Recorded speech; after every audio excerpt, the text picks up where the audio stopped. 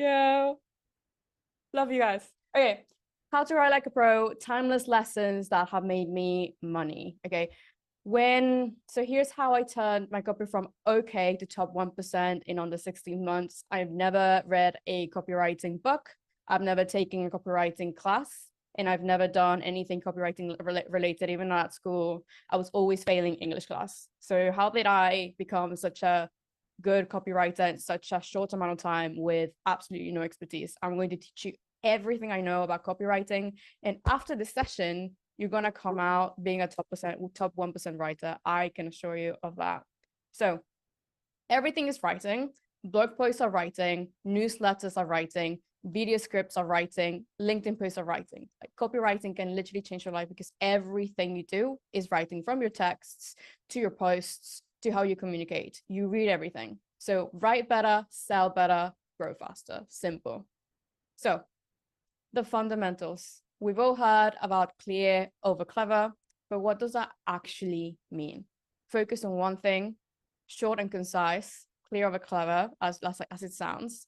Avoid jargon and be specific. We'll cover this into depth in the next couple of slides. So as my friend Matt Barker says, your post can be like the Mona Lisa of LinkedIn posts, but if the hook is shit, it's pointless. So we are going to start looking at hook writing, at formatting, at everything, but that is where it starts. Your post, and even not just with hooks, but with everything else, your post can be like the Mona Lisa, but if it's not formatted correctly, if the paragraphs are scattered around, if it's not easy to read, no one is going to read it. So writing content. We're creating content to educate people, to entertain them, and to inspire them. First lesson, cut the fluff. So here's an example. You can see in the left and the right how different these posts look. Which one looks better? Obviously the one with the tick. So here's a clear example of how formatting is so important, like cutting the fluff is so important, sorry. By cutting the fluff, I mean, stop extending the way you speak on your lines. A lot of you are already doing it, but just to reframe this a little bit, we are often taught at school that we need to write in paragraphs. That's how we've been rated throughout our entire academic life, even at work. Like writing in short, like long paragraphs, long sentences, over explaining things, add a lot of fluff. I remember at uni when I was writing, I would get punished for getting to the point quicker because people wanted me to over explain my topic. So on LinkedIn, the shorter you make your post and the more concise, the better. So it's like a complete difference, which is understandable why some people can't get the grip of it at first, because it's a complete different approach. So formatting is a single thing that has honestly helped me write better. Once I got a grasp for it, I became an excellent writer. So here we have the same kind of post, but this one just looks nicer, just simply because it's formatted better. It makes it a lot more aesthetic. It makes it a lot more comprehensive, and I can literally just skim read it like this simply. This makes it a lot harder for me to understand what the main point was. Here, I have the main points and I can go in and out. So now, why did this work? This is what we call the F shape. And it's been proven that on websites and landing pages all around the world, this is how people usually consume the content and then buy something. So when I use this, it's not just based on a LinkedIn trend I saw, it's actually based on research that people actually do skim read like that. If you make your content more skimmable, you're making it easier for yourself to get your content up ahead. Like, you know, people will understand it better. If your writing isn't skimmable, it isn't readable. Nicholas Cole, which is one of the best copywriters I know in the industry. So just remember this when you're writing, have it in the back of your head. It's incredibly important. This, if you come out of this lesson learning something, is this: make your content skimmable. Skim to win, basically. Now, flow and rhythm. This is one of my favorite parts because when you make your writing sing, it sticks with the person. Do you ever remember a post that you just keep on thinking back to? Is usually because it flows very well. This is why I use last lines a lot, and the hook is so important, and then the length in sentences is important because it almost resembles a song, and that's what you want with your content. You want it to be memorable for the reader, so they keep coming back for more, and then you start building authority from your content. It's not just writing just to write, it's actually writing for authority. This is what I mean. Words create sentences, sentence creates paragraphs, sometimes paragraph quicken and begin to breathe. This is a Stephen King quote. This is what I mean. So this is how you make a posting. This is like the best example. So Gary Provost has this amazing graph that I recommend everyone to screenshot, which is, here is how a paragraph doesn't sing, but here there's a variety of sentence lengths and different types of like length and words used and ability, and it kind of like flows like a song again. Here's a better example into LinkedIn. So you can see sentence, sentence, bullet point, bullet point, bullet point, sentence, sentence, sentence, sentence, sentence, end. So it's got time to breathe, then not, then yes. If you're skim reading this on your phone, it makes it a lot easier for you to read again, skimmable. So always remember these lessons by Gary Provost. He's a great writer. I recommend you guys reading his book as well. But yeah, make it flow. Here's another example. For ads as well, and for LinkedIn posts, anything.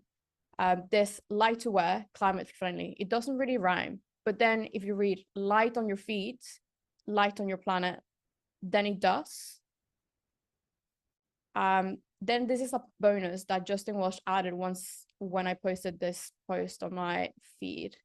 Also add anaphoras. So they provide the jab, jab, jab feeling for writing. So I don't want to change the world, want to build the next unicorn, want to be featured on any lists, want to be the highest valuation. That's an anaphora. So it's like jab, jab, jab, punch.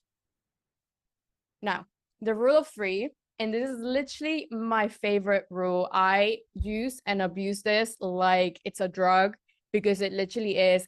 It has been an unlock for me when it comes to my writing. I love using it so much. An example, I felt excited, happy, and motivated. You can also use it in bullet points. I feel happy, excited, motivated. I have love, wealth, happiness. When you're writing threes, people will remember. So I think there's a quote by Chase Diamond. So I can't find it right now. But he says, a trio of elements is more memorable. Oh, there it is. This rule says that a trio of elements and events is more interesting than any other number. Something about the three just makes things click better.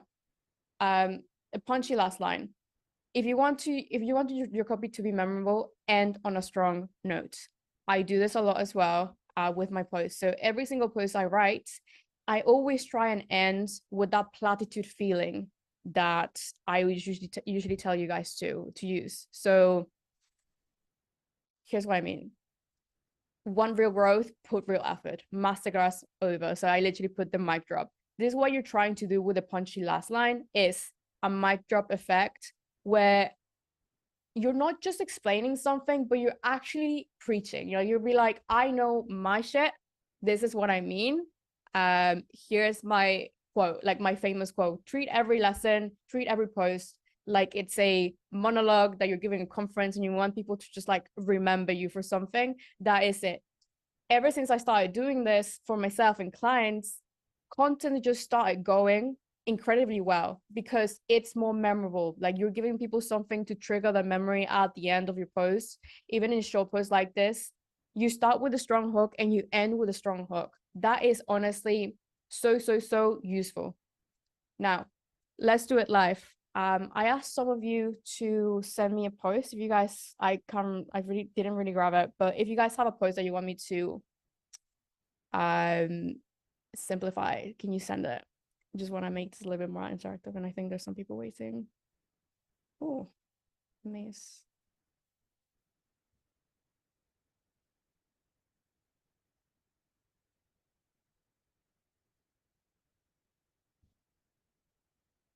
Oh yeah. Wait, this place is great, Yuri. What do you mean? Give me something hard. What would it do? This was great. No, Yuri, you don't qualify for this.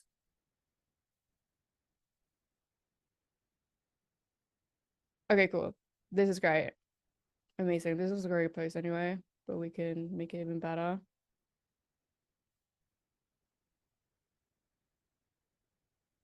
So the way I'd edited here, and I actually use AutoDub to my advantages. Here, the line, there's like too many single lines where the post isn't flowing. There's no rhythm to it yet. So, and then the hook isn't right. So stop saying I've been posting for a number of days. Only posting doesn't get you anywhere. Tried and tested.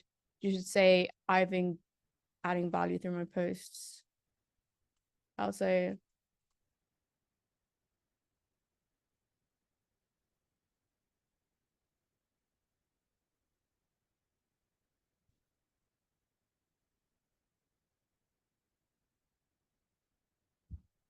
mm,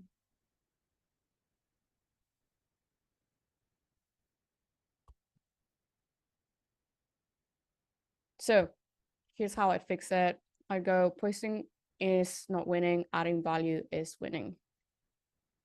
And here's what I mean. Stop saying I've been posting for X number of days. Start saying, and then I'd add whatever you wanted to say in there. So one sentence. Then I would, to make this flow a lot better, I would actually add bullet point here, bullet point here, bullet point here.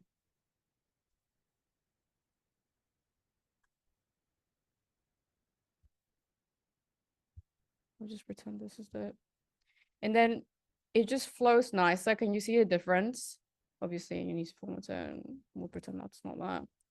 And then again, but one line, simple line, finish line, and then a PS. So I'm not gonna do the whole post right now because we don't have time. But if you look at how this looks, rhythm is there. You can skim it quicker and you can get to the point faster. This is the whole point of rhythm, formatting, and everything else. Right. Oh. So now include visual elements. I love this, and you guys have seen me do it a million times. You've seen every single person on LinkedIn do it. Here's the trick though.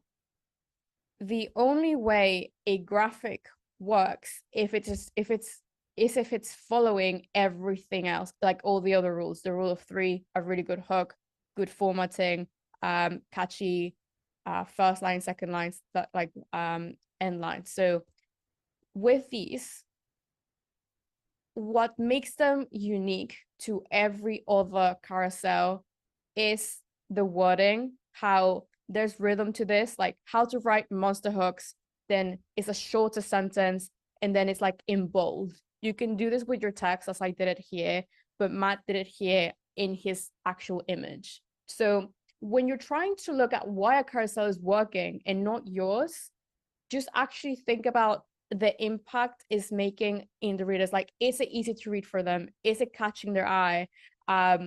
What's in it for them? This is essentially why some carousels work and why other carousels don't work. This one works very well because everything's included, and you can get, when I first see it, I see right hooks, then good tips, then attention, right? If I'm skimming it. So he's actually going and checking all those boxes without some people even realizing that he's checking boxes. Like, it's just naturally we're attracted to that. This one as well, giving them the hook and like all the answers is like is well formatted. There's a rhythm to it. Every single line is formatted, and we have some sort of sequence. Same with the text included as well. Like there's a sequence of rhythm, different lengths of sizes in the paragraphs. Now, how I instead of how to. This is the gateway drug to storytelling. So if you don't know how to storytell on LinkedIn, here's how you start. You start with how I instead of how to. There's a million posts saying how to on LinkedIn, like a bazillion, million, trillion, billion, that everybody wants something different. So the best way to educate is using how I.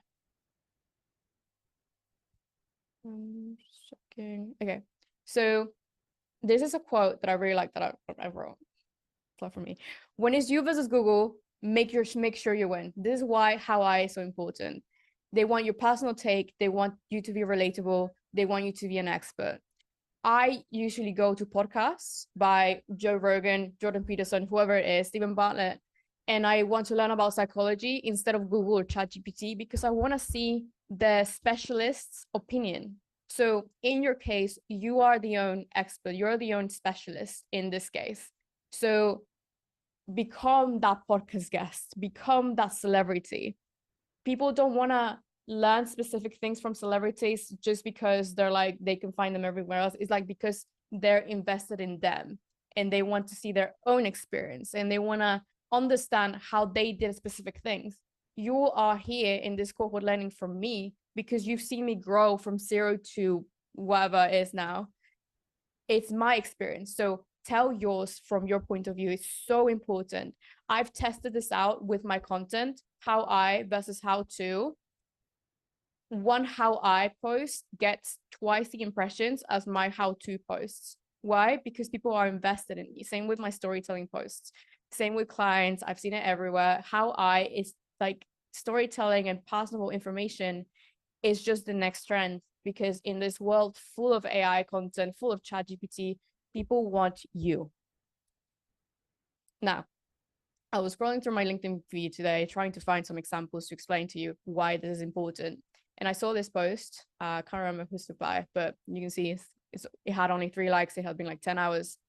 And then I just put mine as a contrasting thing for this. So this looks very like basic. Like I could go on Google and look it up. And my main mistake I did when I started was trying to post like this, thinking that people wanted to consume that. But in reality, I was like trying to copy vlogs and trying to copy Gary Vee, people that had already either are established or like you just have main blogs that promote that. But then I did this single switch, and this is one of like my best performing carousels. And it had that how I turned my LinkedIn profile into a landing page, and I gave my own results, and it had my face in it. So this is the main difference. If you keep on doing how to, you become almost unrecognizable. When you're doing how I, you become the main person for that thing. So always, if you have a chance to talk about from your experience, do it. There's no downside to it. Now, the FaceTime effect. I do this a lot with you guys when I'm speaking to you directly or even in this course. I am speaking to you like we're friends. I do my best always. So how to do this? Make your topic super interesting. I'm not using any fancy vocab. I even swear sometimes. You simplify it so they get it. You dumb it down, and you're being yourself. It's not what you say, it's how you say it. So there's a stat that most Americans read about at a grade 5 level. So that means that the more complex you make your content, the less people are able to understand it. So if you're trying to sound smart, less people are going to be able to get it and consume it because not all people are confident and comfortable with that vocabulary. So this is what clear over clever means, is how can you make your content so easy to consume that you can explain it to a friend that has nothing to do with your industry. That's the key. Treat your content like a FaceTime call. How would you speak to your friend? And then the most important question, would you send your LinkedIn post to a friend? If the answer is no, then we gotta do some changes here, because your content has to be so good that you'd be so proud to send it to all of your friends. Just a quick raise of hands. Is your content good enough to send to a friend, or does it need some work? Hell yeah. Okay. We're good. We're good. Right.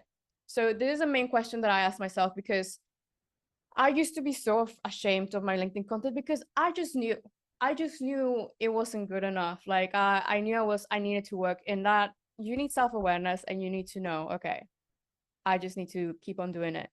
A lot of people, and this is what George Mack calls the content racer. It's like, stop producing content you wouldn't consume. A lot of people do this where they think that X, Y, and Z content is going to work, and they just see it on the profile in like LinkedIn or wherever, even TikTok, and they start making the same content, but it's not working. And then if I ask them, would you actually consume it? They're like, not really. Like, I wouldn't actually read it. So that is a problem. So make sure you're making your friends proud. Now, the 111 framework. This framework I learned first from Mark Barker, all credits to him. And it's focus on one topic at a time, focus on one person at a time, focus on one problem at a time. This is going to simplify your content creation process so much.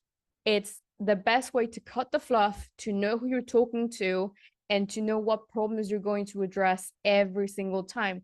Often we start talking about one thing, and then we go into a spiral where we actually end up like here, you have point A, that's point B, point C, and then we end up point A and then W somewhere here. And then it's like a whole derail, because you're trying to explain too many things at the same time. And that's what becomes fluffy content. And you don't want that. You want simple, concise, straight to the point, next. You want to make your reader as happy as you can be, because if you make your content easy to consume, your reader's going to be happy, he's going to come back. It's almost like consuming junk food. You're giving them that dopamine hit from that easy junk. Well, your content's not junk, but like your easy, delicious brownie that you just made. And then they're going to keep coming back for more brownies, right? So that's what you want. You want to make your content at the start that they keep coming back for more. So example, LinkedIn post writing. That's the topic. Then the person, new content creators, and the problem, have no content strategy. That's how simple your content should be in essence. You can obviously overcomplicate it a little bit by adding, little steps, descriptions, arrows, all of that. But in essence, it should be as simple as this. Here's what it looks like. So I broke it down a little bit for you guys. My honest advice for everyone on LinkedIn, that's the person, everyone. Be humble, always be willing to learn. That's the topic, being humble. The problem, blah, blah, point. Solution, here. So that's like 111 works. It's not always gotta be like as this example where it looks like super boring and generic. No, you can add your own style. You can change the hook. You can make it like a little masterpiece depending on your tone of voice, but always follow those instructions. So you simplify the process, and the more you repeat this exercise, the better you're going to get at it, and obviously the better your content is going to be. Now, trigger emotions. This circle has made me a lot of impressions and has gotten me a lot of leads. Using emotion in your writing is so important. Even in this one, my honest advice for everyone on LinkedIn. How do you guys feel after that? It's like, oh, what's she gonna say? Like, what's this honest advice? You're triggering curiosity, but you're also like, oh, honest advice. Honest is usually, like I would say like a yellow word. It simplifies loyalty, respect. So humble as well. It's like a good word, humble. Okay. Willing to learn. So when I'm writing my content, I'm not just writing just to write. I'm writing to evoke an emotion in my writing, to my reader. I want them to feel something, because, like it or not, people not always remember what you say, but they always remember how you make them feel. When I ask some of my followers, what's your favorite piece of content? They can't really put a finger to it, but they can always remember, I just like it. Like, you make me feel warm. You make me feel safe. You make me feel heard. I feel like you're talking. I feel like we're friends. Right. You're all my friends and I love you so much, but I'm also doing it because I know how to use my words. Funny thing is, I'd only discovered this wheel a few months ago, but I discovered that I've been doing it this whole time. So this comes back to how I talk to my friends and how I then resemble into my writing. When I talk to my friends, I speak with love, I speak with kindness, I speak with gratitude. I wanna help. I'm excited to help. I'm really excited. I'm happy. So when you're in a meeting, how are you, like, with your ideal client? This is exactly the same emotions you're trying to evoke in your content. If you're professional, be professional, use strong words. You know, here we have overwhelmed, rushed, busy, stressed, right? Those are like some strong words that might fit your ideal client. You can use some mellow words like, I have a story to tell you, or more upbeat words like, here's how to unleash your personal brand. There's a difference between all these words. There's no wrong or bad, but they can trigger different emotions. And this is exactly where the key lies, is make your reader feel something. That's not just, I just read this, like, I feel this. I feel like I just learned something. I feel like I just discovered something. I'm ready to take action. Specificity. Here's a little breakdown on how to become specific in your hooks. So, helpful writing lesson. That's okay. That's all right. That is very basic. Now, if we add a number, specific number, 6 lessons for copywriting, right? You've added a number that's a lot more specific. I trust you because we've added a number. Also, 6 is also a great number. 6, 7, 3, great numbers. I'll explain the psychology lesson. Now, next step, 6 lessons for copywriting that helped me. That's a lot more specific, clearer, and we've added the me, like the how I element. It doesn't always have to be how I. There's also, it has to be like how, like you, but you don't always have to say. Now, the winner, 6 copywriting lessons that made me 6 figures. Specific as hell. I've left no doubts that what this book is about. My reader knows exactly what he's getting into, and now they're willing to click more, see more, scroll the carousel. This is the same thing I want you guys to do. Be as specific as you can in the least amount of words. So again, 6 copywriting lessons that made me 6 figures. We've got a number, we've got the specific word, the action, and then the result. We've got all of it in one simple sentence. So this is probably the hardest skill. You've got to put a whole entire post into a line. But the more you practice it, the better you're going to get at it. Now, curiosity and transformation. We got beginner, a life-changing moment. Next, my life changed. So we've added the me. My life changed a few years ago. Okay, still a little bit vague, not strong enough. It needs like a lot more variety. Now, very specific. A random Tuesday afternoon changed my life. Sounds a lot better, right? It's like a story, like, oh, I'm interested. If I read a life-changing moment, I'll be like, okay. A random Tuesday afternoon changed my life. It's a lot of specificity, and it adds curiosity, like, why a random Tuesday afternoon? Like, what happened in that Tuesday afternoon? Like, I wanna know. So a good tip is always try and pique the writer's curiosity. Even in this one, 6 copywriting lessons that made me 6 figures, it still triggers some curiosity, like, what are these 6 lessons? So reverse engineer. let's break things down. So from beginners, using an aphorism in your copy will help your content stand out to a potential buyer. Right, that was a mouthful even to speak out. Okay, big problem here because we're used to say that. We are taught to speak in long sentences. Now, how do I simplify that?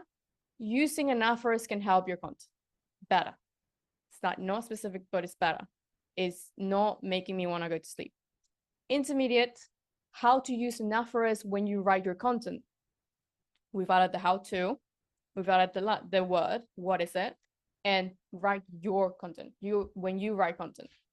Advanced, how to go viral every week, how to move the crowd every time you write. That's a pro level. How to move the crowd. We've added the parentheses because I want you to feel like I'm talking to you every time you write. Super different, massive, massive, massive difference. Specificity will always be clear, a key. This is clear over clever. Now, I've talked a bunch, so I'm gonna give you some examples that I've seen work over and over again. This is another swipe file. I've got a million of them. This is another one to the list. Transformations. Last year, I had no experience. Today, I write for 7. I abuse this so much, and I invite you guys to, because it's the easiest way to start telling stories. It's the easiest way to grab someone's attention. I don't just use it because I like it. I use it because it works. So transformation. Contrast. Just post is the worst LinkedIn advice ever. How dare I say something that's literally not what people say. That's what contrast means. It doesn't always have to be polarizing and rude. It can be something that's leading to something better, like this lesson today.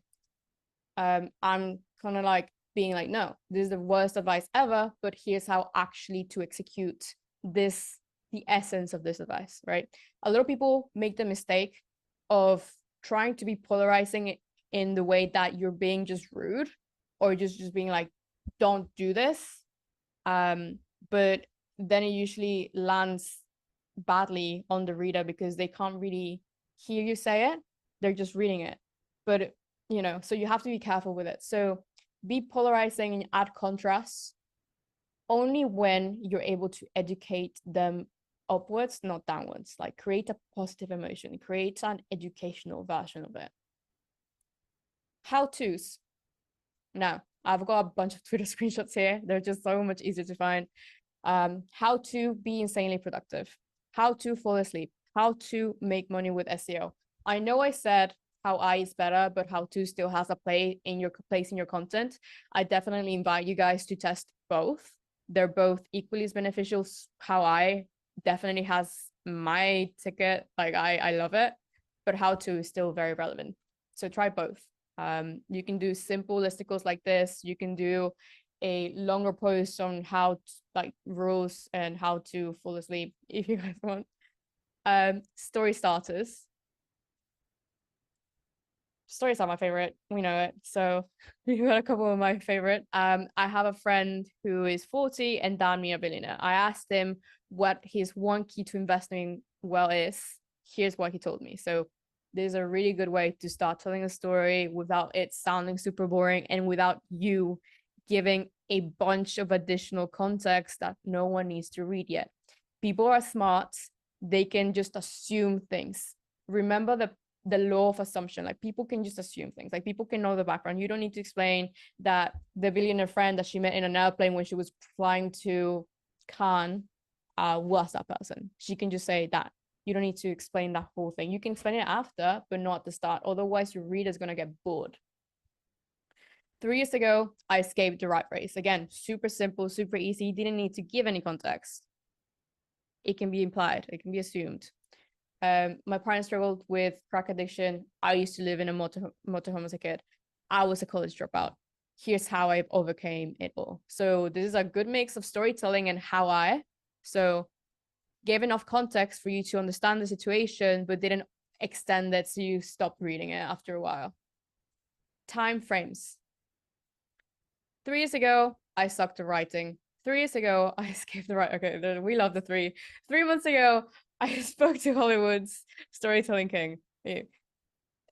There's some magic in the 3, the 6, the 9s.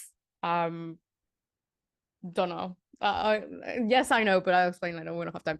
But yes, yesterday my little one-person business crossed a 4 million revenue. So yeah, always try and use numbers. Always try and ask to be as specific as you can. If you can add a monetary value as well, be so important, so good for you. 3 years ago, I decided to use the number 3. Yeah. Okay. Now. Okay, I need to stop reading. Percentages. 99% of the things you worry about will never happen. LinkedIn has 310 million active users, but 99% of people don't know how to use it. So this, if you're writing for a client, you need to explain to them that when you're using these percentages, they're just examples. I've had situations where clients are like, are these stats usually true?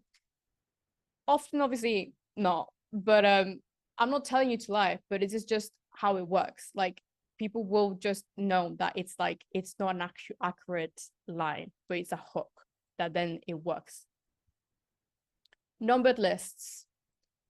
9 underrated gym hacks that worked. The 9 most creative TikTok ads I've collected years 369. 15 psychological biases that every marketer and shopper needs to know. 10 habits that helped me level up.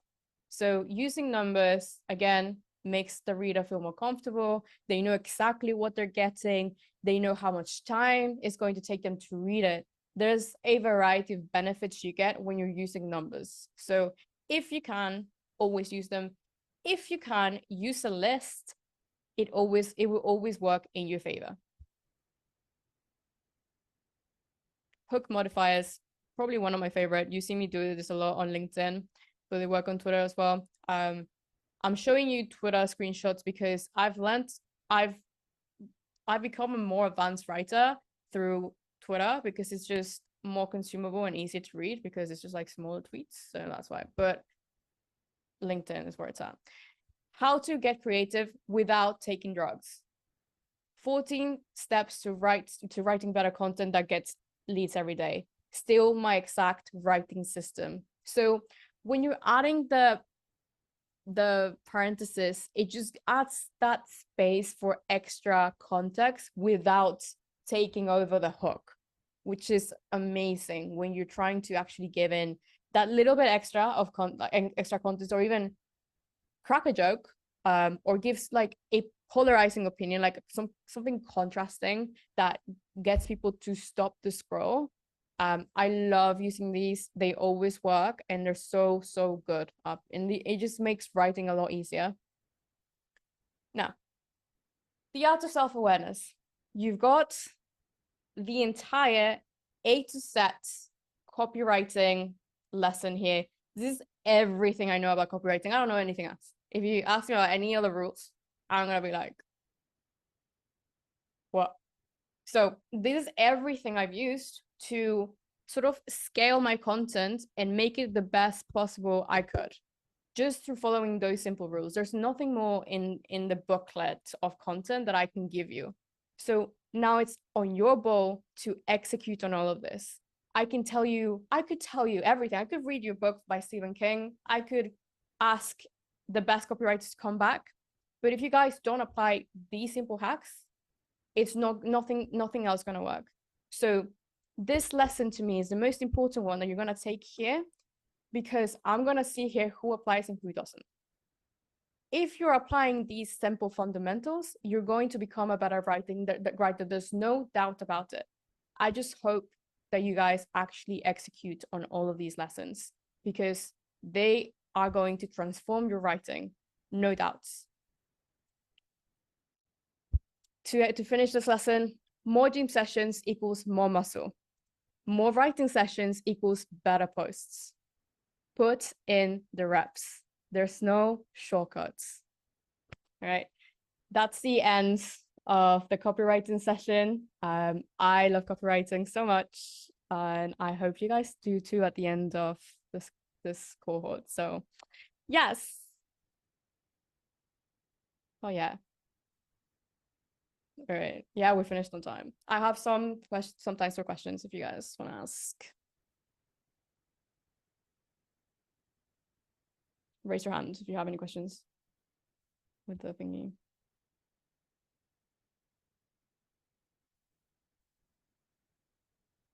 Amazing. Mic drop, yeah. Okay, keep them specific. If they're very specific to you, I will answer them after, just for the sake of time. John. How do you speak from authority if you're just starting out? How do you speak from authority? Interesting question. So give me a topic that you want to be an authority on. Well, that's the other question. I like storytelling. How do you make a living off of storytelling?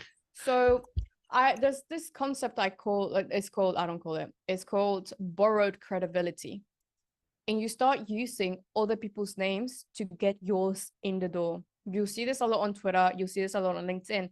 When people are using, let's say, my name to in their post, they're using my photo to write a post about something. That is what's called borrowed credibility. Especially if you're a writer, you can start using common writing terms and then add their photo or use them as a case study to then attract their audience. This is what borrow credibility is. I used it a lot when I was growing. I would either do collabs with people that had my ideal audience, or I would use photos of people that were way more credible in the industry. So that's borrow credibility. That's how you start becoming an authority in the industry, because you're bringing their audience onto your profile. And then if you keep on writing really good content, they'll stay. So borrow credibility was my main thing. Does that answer your question, John? Yeah, it does. Thank you. Gotcha. Jury. Hey. Hey. Hey. My question is really simple. If you're working with clients and teaching all that stuff, what's the trajectory and like what's the sequence of the things that you're delivering? Are you starting with copywriting? You're starting with just like general stuff on LinkedIn, or you just like try to throw in everything all in one place and then kind of, yeah, what picks up? Well, let's work on that. For clients or for myself? Yeah, like how do you approach that? If that's not a secret formula, of course. No, I don't know. You guys have it all. For clients, so we focus on their content pillars first, and then everything else with this copywriting lessons, I then just apply whatever suits them best. So we have, let's say, we're talking about storytelling, we're talking about finance, and we're talking about personal, like the personal lives, right? The sequence is Monday X, Tuesday, Wednesday X, Friday X. Then I apply the copywriting lessons I learned depending on what they said. If they're telling me a story, I'm going to try and make the story a transformation, then use a variety of sentence lengths and make it a lot more catchy. Similar. Does that answer your question? Got it. It does, always. Amazing. Thanks. Love you. Gonzalo. I just have a quick question, Lara, and I think it's a bit of a perspective changer here. I was looking at the analytics on Authored App, and I wanted to understand a little bit, of how you interpret these based on the copy that you write, and it might be part of a larger question. I love that, Jury. Those are really cute. Anyway. Yeah, that's a bit of my questions. Like I'm trying to like make that connection, because I think it's like a mindset shift on how one writes and what you're looking for instead of just chasing the views. Can you repeat the question, but like short? Because what was the? Yeah. Can you hear me well? Yeah. Yeah. So as we go through this transformation from a mindset perspective, how we write, I feel like a big one to like get this copywriting clicking in is really understanding the metrics. And something I've seen, for example, is my views are probably not as high, but the engagement rate is ridiculous. Where before posts were anywhere 0.5% to 2%, now engagement is 5.5, 6%, things like that. So I Okay. feel like this whole shift to quality, means understanding what works. I'm trying to understand what are the KPIs, the metrics that show me that what I'm writing is working. I think this is why my strategy is way simpler, because I hate numbers. I don't look at them. When people ask me about my impressions, I don't know.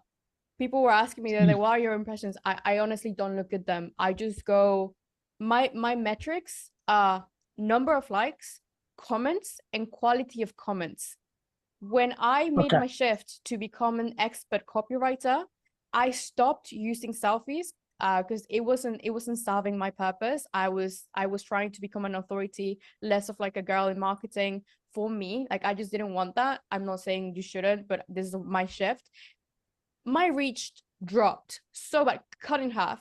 But I knew that if I kept on practicing this skill, the right people would come. So let the impressions drop, keep on testing out different things. There's no specific journey. Don't focus on the numbers too much. Otherwise, you're gonna get stuck in this number psychosis that people get and this competition. The numbers, the metrics are just like they're a simple metric. Just focus on the quality of your content, if you're feeling like it's delivering what you're trying to say, and how your audience is responding to it. That's the only metric you should care of. Obviously, yes, likes count, and like look at it week by week, but only on a weekly basis, or like even like a quarterly basis, like every month, not consistently. Otherwise, you're gonna live a nightmare. Right. Yeah, no, absolutely. One of some of the things I'm actually catching, like I said the other day, is like I'm finding people that don't typically like, that suddenly are liking, people that are like in nurturing sequence, things like that don't typically happen. Now it's starting to happen. I find it very interesting. So I'm just watchful for those flashes, those glimpses. Thank you, Lara. Amazing. And John, yeah, I saw your comment here. This is where you are right now, more reposts with I've seen your repost, and I actually want to encourage you to, instead of reposting that much, actually try and take what you learned from the post that you're reposting and make it into a post of your own. The thing with reposts, they don't get as much reach as your actual original post. So even if there's nothing wrong with taking something that someone else said. You can always give them credit in the post or in the comments. But I would love to see you try and post more of your own content. But I'm scared. I'm scared too, John. I'm scared every day. My God, but it's fine. I got you. I got your back. Don't worry. We got you. Amazing. All right. Let's go to Richard's class. I'll see you there. Thank you, guys.